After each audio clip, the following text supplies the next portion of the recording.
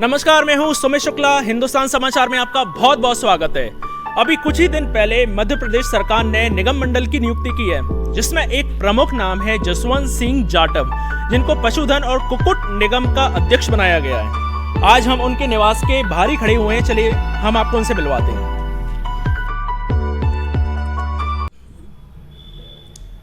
नमस्कार, हमारे साथ हैं जसवंत जाटव जी, जिनको अभी प्रेजेंटली पशुधन और कुक्कुट विकास का अध्यक्ष बनाया गया है, निगम का अध्यक्ष बनाया गया है। चलिए हम आपको उनसे मिलवाते हैं।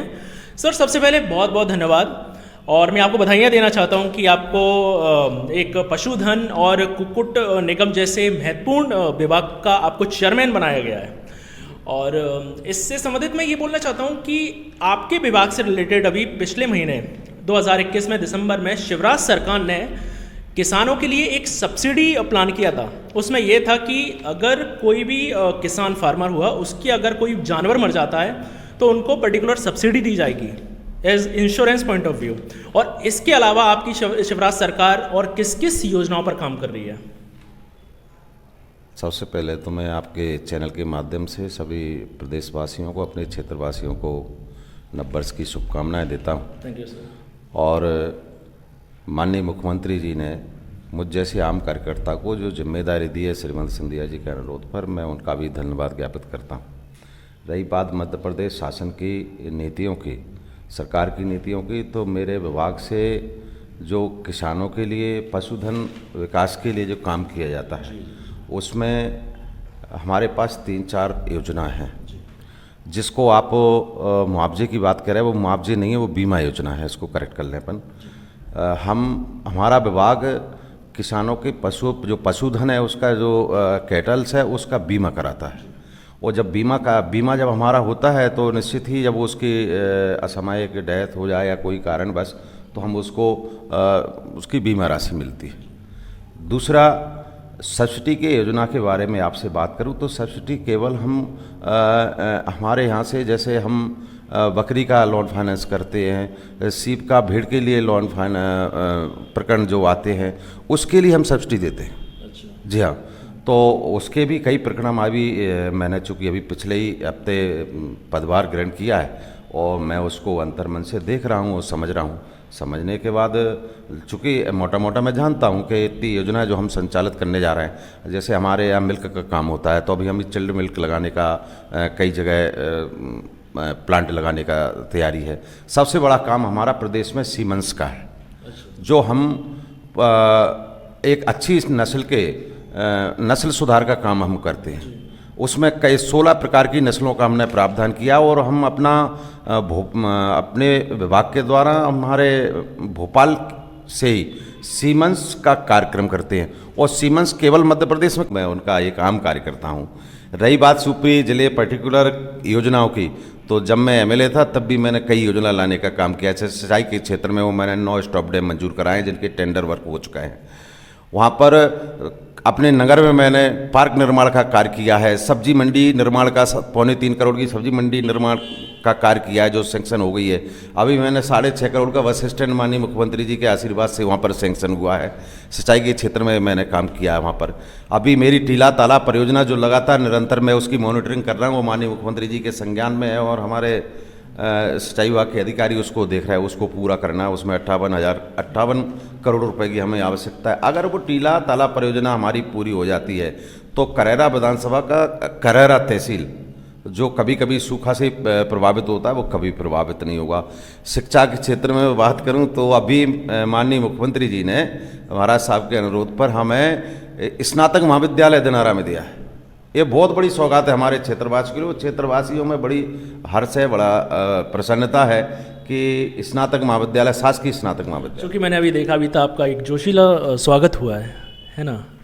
तो वो मेरे क्षेत्रवासियों का, मेरे अपनों का, बड़ों का, और मेरे मित्रों का, मेरे सहयोगियों का और युवाओं का मेरे प्रति प्यार है, स्नेह है। इसके लिए भी मैं उनको हृदय से धन्यवाद करता हूँ।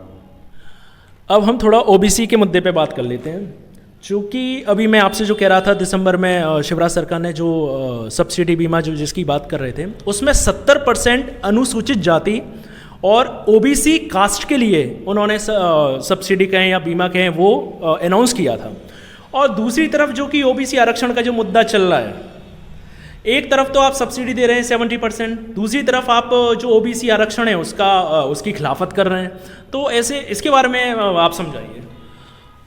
मैं आपको बता दूं, आपका प्रश्न ही शायद ठीक नहीं है, इसको अपन करेक्ट करना पड़ेगा। ओबीसी के विरुद्ध कौन है? ओबीसी के विरुद्ध में कौन है? कोई नहीं। हमारी सरकार तो नहीं है, माननीय मुख्यमंत्री तो नहीं है, हमारी सरकार तो नहीं है। अब देखिए, कोई भी पिटीशन हम अपने विभाग के द्वारा हमारे भोपाल से ही सीमेंस का कार्यक्रम करते हैं, और सीमेंस केवल मध्य प्रदेश में केवल नहीं करते, हम अदर स्टेट में भी सीमेंस अवेलेबल कराते हैं। करीब करीब हम 4-5 स्टेटों में एमपी के अलावा अलग से सीमेंस कराते हैं, जो हमारे पास एक्स्ट्रा होता है। अब पिछली वर्ष का हमारा जो टारगेट रहा है वो 32 से 35 लाख सीमेंस हमने केटल सुधार के लिए दिया है, और ऐसे ही प्रदेश में अन्य जगहों पर दिया है, और इसमें और सुधार लाने की ज़रूरत है। अभी हमारे पास सीमेंस के 2 प्लांट हैं, 2 कारखाने हैं, मतलब जो एक भोपाल में है, एक अभी हमने नया दतिया ज़िले में स्थापित किया है। उससे भी हमारे पास डिमांड भी बहुत अधिक है। तो निश्चित ही किसान की आय दोगुनी कैसे हो, माननीय मुख्यमंत्री जी का जैसा ध्येय है कि हम किसान की आय को दोगुना करना चाहते, तो खेती तो सीमित है। हमने सिंचाई के मध्य प्रदेश सरकार ने माननीय शिवराज सिंह चौहान जी के नेतृत्व में सिंचाई के साधन उपलब्ध करा दिए, नहरें अधिक बना दी, सिंचाई के रकबा हमारा अधिक बढ़ गया, लेकिन खेत हमारे सीमित हैं। तो उन सीमित खेतों को हम किसान की आय दुगनी कैसे करें?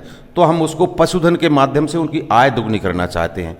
और जो भी प्रदेशवासी जो हितग्राही अगर भेड़ पालन का काम करना चाहते हैं, बकरी पालन का काम करना चाहते हैं, गाय कैटल का काम करना चाहते हैं, उसके लिए हम लोन प्रोवाइड कराते हैं, और उसमें SC ST के लिए 50% की सब्सिडी का प्रावधान है।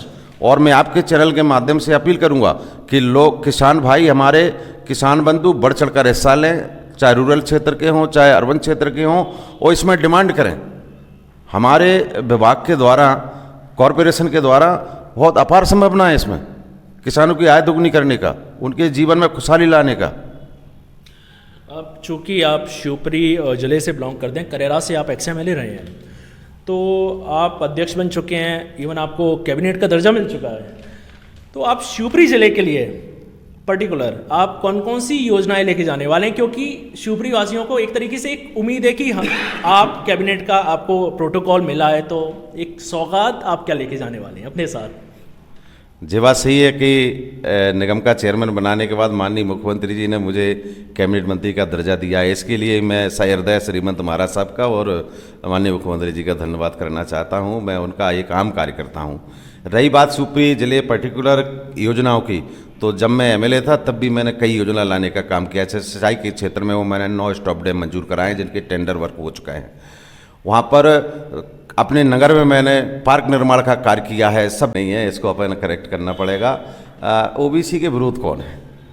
ओबीसी के विरुद्ध में कौन है? कोई नहीं। हमारी सरकार तो नहीं है, माननीय मुख्यमंत्री तो नहीं है, हमारी सरकार तो नहीं है। अब देखिए, कोई भी पिटीशन करता ने पिटीशन डाल दी माननीय न्यायालय के, तो वो माननीय न्यायालय का फैसला है उसका, चूँकि माननीय न्यायालय हमारा सर्वोपरि है और न्यायालय का फैसला है। लेकिन उसके बावजूद देखिए, हमारे माननीय मुख्यमंत्री की संजीदगी, उनकी ओबीसी के प्रति, आम जनता के प्रति, सभी वर्गों के प्रति कितनी गंभीरता से वो लेते हैं कि उन्होंने तत्कालीन विधानसभा में संकल्प पारित किया, और संकल्प पारित करने के बाद उस विधेयक को वापस लिया, और संकल्प पारित करने के बाद माननीय न्यायालय में पुनः गए। हमने रिट पिटीशन किया है वहाँ पर, और माननीय न्यायालय से आग्रह करना चाह रहे हैं, आग्रह किया भी है। हमारे सॉलिसिटर जनरल वहाँ पर देख रहे हैं उसको, आप देख रहे हैं, पूरी सरकार उसमें लगी है। माननीय मुख्यमंत्री चिंतित हैं। चिंतित इसलिए कि हम किसी का हक और अधिकार छीन नहीं सकते। ओबीसी को आरक्षण भी संवैधानिक अधिकार है। मैं भी चाहता हूँ, मैं चाहता हूँ बिल्कुल, और हमारी सरकार चाहती है, माननीय मुख्यमंत्री चाहते हैं कि ओबीसी को उनका अपना हक अधिकार आरक्षण के रूप में उनको मिलना चाहिए। और माननीय मुख्यमंत्री ने तो ये भी चल के बढ़ के बोला है, आपने सुना भी होगा, कि हम ओबीसी को बिना आरक्षण के चुनाव भी नहीं कराएंगे, उनको चुनाव में आरक्षण मिलना चाहिए। अब चूँकि कोरोना दिन पे दिन बढ़ता जा रहा है, तीसरी लहर ऑलमोस्ट आई गई है, 500 साढ़े 500 केसेस मध्य प्रदेश में निकलना चालू हो गए हैं। एक तरफ तो मुख्यमंत्री जी गाइडलाइन कोरोना को लेकर बना दी है, 250 से ज़्यादा शादी में नहीं आ पाएंगे, 50 से ज़्यादा मैयत में नहीं आ पाएंगे। दूसरी तरफ आपके पार्टी के बड़े नेता मसाल यात्रा निकाल रहे हैं, वो भी भारी संख्या में अपने कार्यकर्ताओं के साथ। तो क्या ये कोरोना गाइडलाइन सिर्फ आम जनता के लिए, नेताओं के लिए नहीं है? देखिए, आप देख रहे हैं कि माननीय मुख्यमंत्री जी प्रतिदिन कोरोना को लेकर बैठकें कर रहे हैं, प्रशासन को लेकर बैठकें कर रहे हैं, लगातार चिंतित हैं। उन्हें दूसरी लहर में जो लड़ाई लड़ी है माननीय मुख्यमंत्री जी का, मैं प्रदेश की जनता की ओर से उनका धन्यवाद करना चाहता हूं। इतनी बड़ी कैजुअलिटी हमारे क्षेत्र में प्रदेश में हो सकती थी, लेकिन उन्होंने अपनी गंभीरता को लेकर पूरे प्रशासन को लेकर जो लड़ाई लड़ी और कोरोना को दूसरी लहर में हराने का काम किया है। और माननीय मुख्यमंत्री जी की जे संजीदगी है कि अभी से आज से 10 दिन पूर्व से वो लगातार कंटिन्यू कोरोना के बारे में मीटिंगें ले रहे हैं और लगातार निर्देश जारी कर रहे हैं। मैं मानता हूं कि उनके नेतृत्व में, माननीय मुख्यमंत्री जी के नेतृत्व में ऐसा कहीं कुछ नहीं होगा। हम तीसरी लहर से भी लड़ पाएंगे और जीत पाएंगे निश्चित ही। रही बात कुछ जनप्रतिनिधियों की मसाल यात्रा की या कोई भी जो यात्रा निकाली जा रही है, मैं इसके पक्ष में नहीं हूं। ये हमें नहीं निकालना है, हमें कोरोना की गाइडलाइन का पालन करते हुए आगे बढ़ना है। हम और हमारा प्रदेश लॉकडाउन में न जाए, ये भी हमारी जिम्मेदारी बनती है।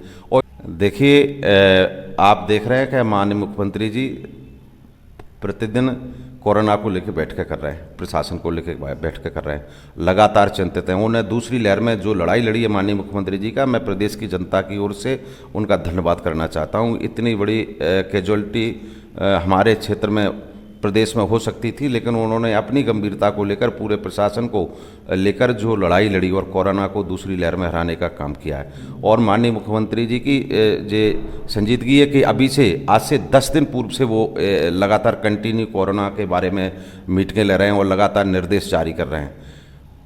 मैं मानता हूं कि उनके नेतृत्व में, माननीय मुख्यमंत्री जी के नेतृत्व में ऐसा कहीं कुछ नहीं होगा। हम तीसरी लहर से भी लड़ पाएंगे और जीत पाएंगे निश्चित ही। रही बात कुछ जनप्रतिनिधियों की मसाल यात्रा की या कोई भी जो यात्रा निकाली जा रही है, मैं इसके पक्ष में नहीं हूं। ये हमें नहीं निकालना है, हमें कोरोना की गाइडलाइन का पालन करते हुए आगे बढ़ना है। हम और हमारा प्रदेश लॉकडाउन में न जाए, ये भी हमारी जिम्मेदारी बनती है। और इसके लिए पूरी मध्य प्रदेश की सरकार, भारतीय जनता पार्टी की सरकार लगी है कि हमें लॉकडाउन का सामना न करना पड़े। तो लॉकडाउन का सामना करने में हमारी वित्तीय व्यवस्था की हालत ख़राब होती है और वो भार पूरी जनता के ऊपर आता है, सरकार के ऊपर केवल नहीं आता, हमारी पूरी जनता को भुगतना पड़ता है। अभी मैं एक और बता दूं, मेरा 9 तारीख में एक कार्यक्रम प्रस्तावित था। चूँकि मैं प्रथम नागर आगमन का मेरा कार्यक्रम करेरा का तो मैंने किया था, लेकिन हमारा नरवर मगरौनी का था। मैंने 6 तारीख को अनाउंसमेंट किया था कि मैं 9 तारीख को वहाँ उस क्षेत्र का दौरा करूँगा और लोग का अभिवादन स्वीकार करूँगा। लेकिन जब मैंने हालात को समझा कि कोरोना की स्थिति में ये ठीक नहीं है, तो आपको मैंने सोशल मीडिया के माध्यम से, कवरेज के माध्यम से मैंने अपना कार्यक्रम रद्द किया है, निरस्त किया है। मैंने कहा, मैंने सबको हाथ जोड़ के निवेदन किया अपने क्षेत्रवासियों को कि मैं सामान्य तरीके से आपका सिंगल वन मैन होके आपके घर पर आऊँगा, आपके द्वार पर आऊँगा और आपसे आशीर्वाद प्राप्त करूँगा। ये गंभीरता है कोरोना के प्रति। अभी कुछ दिन पहले गृह मंत्री नरोत्तम मिश्रा जी ने एक तरीके से प्रेस कॉन्फ्रेंस में कहा था कि लॉकडाउन नहीं लगेगा। तो कहीं सरकार कुछ चूक तो नहीं कर रही है? क्योंकि हम पहले ही दूसरी लहर में काफ़ी कुछ सह चुके हैं और देख चुके हैं। देखिए, माननीय मुख्यमंत्री जी और हमारे गृह मंत्री जो सरकार के प्रवक्ता भी हैं, संसदीय कार्य मंत्री भी हैं, वो लगातार प्रदेश स्तर पर मॉनिटरिंग कर रहे हैं। उनसे ज़्यादा और उनसे बेहतर मैं नहीं जानता वो, क्योंकि पूरे प्रदेश की समीक्षा करते हैं प्रदेश के अधिकारियों के साथ में बैठ के, तो उनको ज़्यादा जानकारी है। और ये तो समयबद्ध है सब कुछ, परिस्थिति बस है। माहौल जिस पर उस क्षेत्र का दौरा करूँगा और लोग का अभिवादन स्वीकार करूँगा। लेकिन जब मैंने हालात को समझा कि कोरोना की स्थिति में ये ठीक नहीं है, तो आपको मैंने सोशल मीडिया के माध्यम से, कवरेज के माध्यम से मैंने अपना कार्यक्रम रद्द किया है, निरस्त किया है। मैंने कहा, मैंने सबको हाथ जोड़ के निवेदन किया अपने क्षेत्रवासियों को कि मैं सामान्य तरीके से आपका सिंगल वन मैन होके आपके घर पर आऊँगा, आपके द्वार पर आऊँगा और आपसे आशीर्वाद प्राप्त करूँगा। ये गंभीरता है कोरोना के प्रति। अभी कुछ दिन पहले गृह मंत्री नरोत्तम मिश्रा जी ने एक तरीके से प्रेस कॉन्फ्रेंस में कहा था कि लॉकडाउन नहीं लगेगा। तो कहीं सरकार कुछ चूक तो नहीं कर रही है? क्योंकि हम पहले ही दूसरी लहर में काफ़ी कुछ सह चुके हैं और देख चुके हैं। देखिए, माननीय मुख्यमंत्री जी और हमारे गृह मंत्री जो सरकार के प्रवक्ता भी हैं, संसदीय कार्य मंत्री भी हैं, वो लगातार प्रदेश स्तर पर मॉनिटरिंग कर रहे हैं। उनसे ज़्यादा और उनसे बेहतर मैं नहीं जानता वो, क्योंकि पूरे प्रदेश की समीक्षा करते हैं प्रदेश के अधिकारियों के साथ में बैठ के, तो उनको ज़्यादा जानकारी है। और ये तो समयबद्ध है सब कुछ, परिस्थिति बस है, माहौल जिस प्रकार का आज क्या स्थिति क्रिएट हो रही है, कल क्या क्रिएट होगी। जैसे हमारे रोज़ हर प्रतिदिन कोरोना के पेशेंट बढ़ रहे हैं, तो ये निश्चित तो नहीं कहा सकता कि हम, ये बात सही है कि लॉकडाउन में हमको नहीं जाना है, मैं पहले ही बता चुका हूँ। उनकी बात को ही सपोर्ट करता हूँ, उनकी बात को ही दोहराया कि हमें लॉकडाउन में ना जाना पड़े, क्योंकि हमारी सरकार की केवल अकेली नहीं, आम जनता की भी वित्तीय स्थिति खराब होती है। तो जो भी आएगा, माननीय मुख्यमंत्री और माननीय गृह मंत्री जी, पूरी सरकार आपके सामने और अच्छा काम कर रही है। चलिए सर, बहुत बहुत धन्यवाद हमसे जुड़ने के लिए। ये थे जसवंत जाटव जी, जिनको फिलहाल अभी पशुधन और कुक्कुट विकास निगम का अध्यक्ष बनाया गया है। इसी के साथ बस इतना ही। मैं सुमित, हिंदुस्तान समाचार के साथ। नमस्कार।